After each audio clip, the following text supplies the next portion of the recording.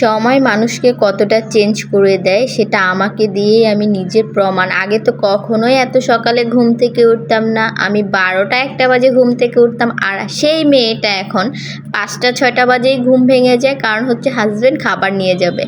Hello everyone, আসসালামু আলাইকুম। আমি ফারজানা চলে আসলাম এইচআর ফারজুর ডেলি ব্লগ থেকে। আমার ব্লগটা কে কোন জেলা থেকে দেখছো অবশ্যই কমেন্ট করে জানিয়ে যাবা, আর আমার ব্লগটা কেমন লাগে সেটাও বলে যাবা, আর পুরো ব্লগটা কিন্তু দেখে যাবে আর ফলো করতে ভুলবা না। তারপর ফ্রেশ হয়ে চলে গেলাম রান্নাঘরে গিয়ে এখানে কাই করে রাখলাম।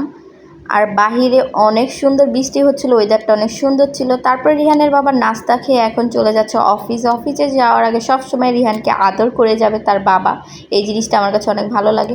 আর রিহানের বাবা কখনোই খাবার পুরোটা খায় না, সকালের নাস্তাটা এমন করে। আর এত সকালে তো খেতে ভালোই লাগে না। তারপর এখানে আমার নাস্তাটাও আমি করে নিচ্ছিলাম, করে তারপর আমরা ঘুমিয়ে পড়বো মা ছেলে। এই যে আমার ছেলে ঘুমিয়ে পড়েছে, আমিও ঘুমিয়ে পড়লাম। তারপর ঘুম থেকে উঠেই আমার ফার্স্টে কাজ হচ্ছে আমার বেডটাকে গুছিয়ে তারপরে চলে গেলাম দুপুরের রান্না করার জন্য। সিদ্ধ বসিয়ে চলে যাব, ঘরের বাদবাকি যে কাজগুলো আছে সেগুলো শেষ করে ফেলবো। ডিমটাও সিদ্ধ হয়ে যাবে, এখানে আমার কাজগুলোও হয়ে যাবে। আর ফ্রিজটাকেও আজকে ক্লিন করব।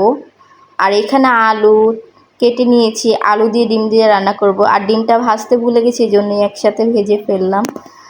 আলু দিয়ে ডিম দিয়ে আমার অনেক দিন যাবতই খেতে মন চাচ্ছিল। তারপর একটা আপুর ভিডিও দেখছি, সেই ভিডিও দেখে তো আরও খেতে মন চাচ্ছে। এই যে আমার ফাইনাল লুক, ডিমের তরকারি। তারপরে এখানে রাত্রে হচ্ছে রিহানের বাবা আমাদের জন্য আইসক্রিম নিয়ে আসছিল।